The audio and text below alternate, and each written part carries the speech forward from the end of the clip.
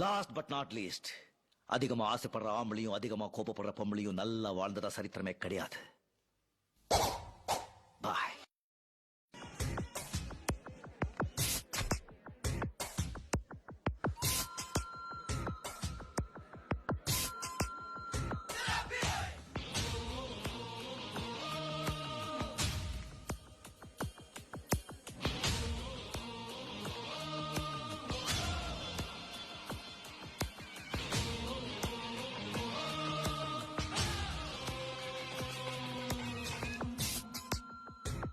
நீங்க மட்டும் உள்ள போக கூடாது.